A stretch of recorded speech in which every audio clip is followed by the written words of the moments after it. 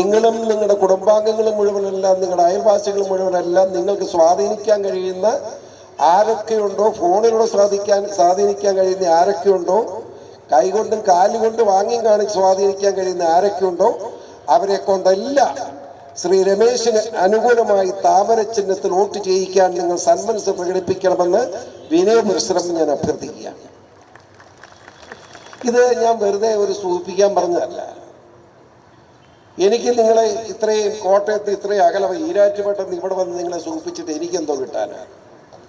പക്ഷെ മനസാക്ഷി എന്ന് പറഞ്ഞൊരു സാധനമുണ്ട്, അതുകൊണ്ടാണ് ഇത് ഞാൻ പറയുന്നത്. ഇവിടെ ഒന്ന് രണ്ട് ചെറിയ ഉദാഹരണങ്ങൾ പറഞ്ഞിട്ട് രാഷ്ട്രീയത്തിൽ ഞാൻ കിടക്കാം. ഇവിടെ സ്ഥാനാർത്ഥിയെ പറ്റി ഞാൻ പറഞ്ഞത് തെറ്റാണെന്ന് ഞാൻ കരുതുന്നില്ല.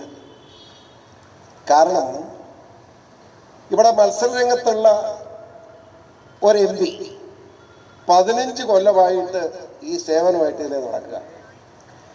അങ്ങനെ കുറെ മരിച്ചു വീട്ടിൽ പോയിട്ടുണ്ട്, കുറെ കല്യാണ വീട്ടിൽ പോയിട്ടുണ്ട്, എനിക്കൊരു തർക്കവും ഇല്ല. പക്ഷെ അദ്ദേഹത്തിന് വേറെ എന്ത് ചെയ്യാൻ കഴിഞ്ഞു എന്ന് നിങ്ങൾ ചർച്ച ചെയ്യണം.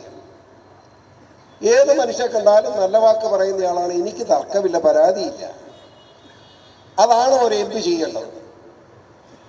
ഒരു MP-യുടെ 20 നമ്മുടെ കേരളത്തിൽ 20 MP-മാരുടെയും ഫണ്ടിന്റെ വിനിയോഗം സംബന്ധിച്ച് ഔദ്യോഗികമായ കണക്കുകൾ എടുത്ത് പരിശോധിച്ചപ്പോൾ നിങ്ങളുടെ കോഴിക്കോട്ട് MP-യെ പറ്റി എനിക്ക് പുച്ഛം തോന്നി.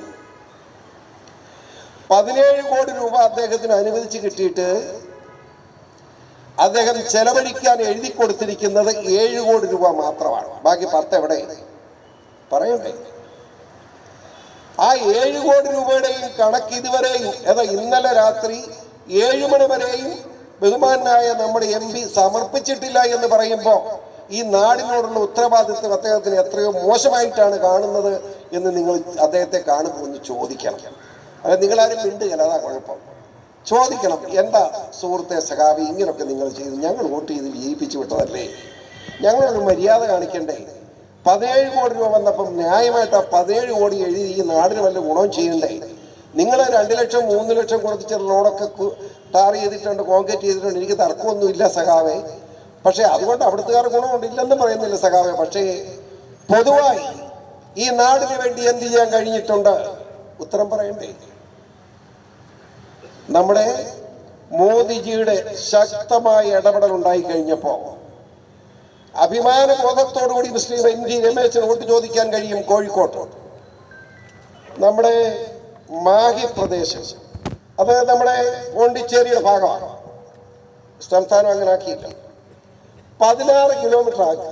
കോഴിക്കോട് കണ്ണൂർ ദൂരത്ത് 16 കിലോമീറ്റർ ആണ്. ആ 16 മീറ്റർ കഴിഞ്ഞ 10 കൊല്ലമായി അല്ലെ 14 കൊല്ലമായി എന്തായിരുന്നു അവിടെ? വേശ്യകളുടെ കേന്ദ്രമായിരുന്നു എന്ന് ഞാൻ ആരെ വെച്ചാൽ നിഷേധിക്കാൻ പറ്റുമോ? ആ റോഡിലൂടെ പോകാൻ കഴിയുമെന്ന് രാത്രി സമയത്ത് ഗുണ്ടകളും റവടികളും തെമ്മാടികളും കൂത്താടിയിരുന്ന പ്രദേശമല്ലേ അത്? ഇവിടെ മുതൽ 16 കിലോമീറ്റർ മരം മുഴുവൻ വനമായിരുന്നില്ലേ? നടക്കാൻ കഴിയാത്ത സാഹചര്യം ഉണ്ടായി. ഇപ്പോ അത് ഈ അടുത്ത കാലത്ത് നിങ്ങളൊക്കെ പോയി കാണുമെന്ന് ഞാൻ പ്രതീക്ഷിക്കുന്നു. നല്ല സുന്ദരമായ റോഡാണെന്ന് മാത്രമല്ല, ആ റോഡൊന്ന് പോയി കാണണം കാണാത്തവർ. ഇന്ത്യയിലെ തന്നെ ഏറ്റവും മഹത്തരമായ റോഡുകളൊന്നാക്കി ആ റോഡിനെ മാറ്റിക്കഴിഞ്ഞിരിക്കുന്നു. അത് നരേന്ദ്രമോദി ചെയ്തതാണ്, മോദിയുടെ ഗ്യാരണ്ടിയാണ്. അതല്ലാതെ ഇവിടുത്തെ പ്രതിപക്ഷത്തിൻ്റെയോ മറ്റു കക്ഷികളോ അല്ല. നിങ്ങൾ അറിയണം, അതാണ് മോദിയുടെ ഗ്യാരണ്ടി.